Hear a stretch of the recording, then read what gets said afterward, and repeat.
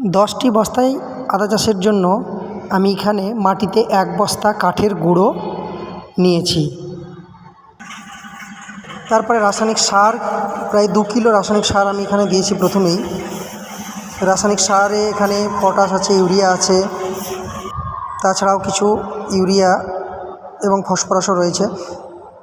এক্ষেত্রে আমি দানা বীজ কিছুটা দিয়েছি, প্রায় 100 গ্রাম মতো দানা বীজ দিয়েছি। মাটির মধ্যে অনেক ব্যাকটেরিয়া এবং ফাঙ্গাস, ছত্রাক এই সমস্ত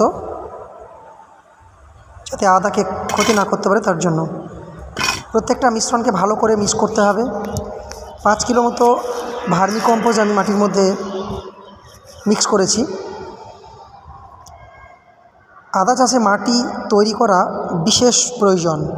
মাটি আপনার ঠিকঠাকভাবে যদি তৈরি থাকে তাহলে আদার ফলন খুব সুন্দর পাওয়া যাবে, খুব ভালোভাবে আদার ফলন পাবেন আপনি।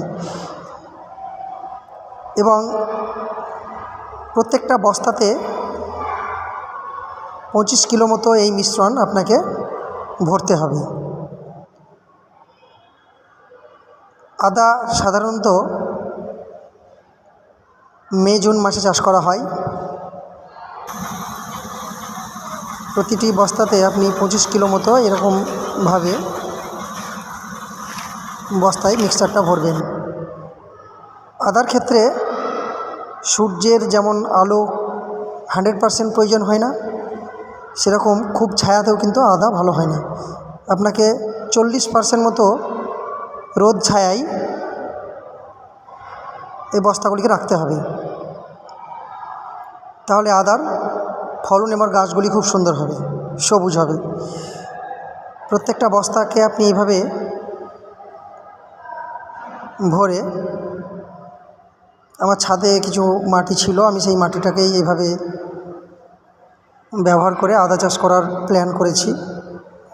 এখন মোটামুটি আমি 10 বস্তা মতো করার প্ল্যান আছে। তারপরে সময় হলে আমি আদা চাষটাকে আরও বেশি করে করার চেষ্টা করব, আরও বেশি করে আদা চাষ করার আমার পরিকল্পনা আছে। এখানে বস্তাগুলিকে আপনি এইভাবে মুখগুলিকে জড়িয়ে জড়িয়ে নেবেন, যাতে আদার চারার মধ্যে ভালোভাবে আলো বাতাস পৌঁছাতে পারে। আমার কিছু হাড়ের গুঁড়ো ছিল, হাড়ের গুঁড়ো আমি প্রত্যেকটা বস্তাতে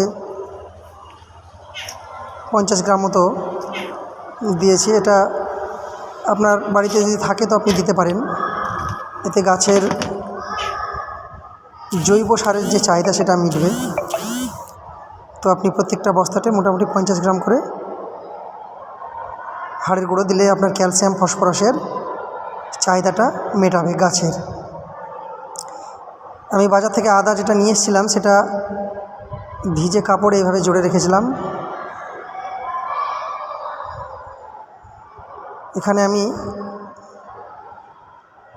এই 250 গ্রাম মতো আদা নিয়ে এসেছি। প্রত্যেকটা আদার খণ্ডে কত সুন্দর মুকুল বেরিয়ে গেছে এবং এগুলি মাটিতে চাষ করার জন্য একদম উপযুক্ত হয়ে গেছে। তো মাটিতে দেওয়ার আগে আমি একটু ছত্রাকনাশক দেওয়ার পর, জলে দেওয়ার পর এগুলিকে গুলে নিয়ে আমি আদাগুলিকে ডুবিয়ে নিয়েছি, যাতে এগুলি ছত্রাকনাশক হয়। মাটিতে দেওয়ার পর যেন এগুলি আর নষ্ট না হয়। তো প্রত্যেকটা খণ্ডকে এইভাবে ডুবিয়ে নেবেন আপনি। তারপর এগুলিকে যে বস্তার মধ্যে আপনি লাগাবেন সেই বস্তায় প্রায় 2 থেকে 3 ইঞ্চি মতো মাটি গর্ত করে ঢেকে দিতে হবে এবং আদার মুকুলগুলো যেন ওপরের দিকে ওঠা অবস্থায় থাকে। এবং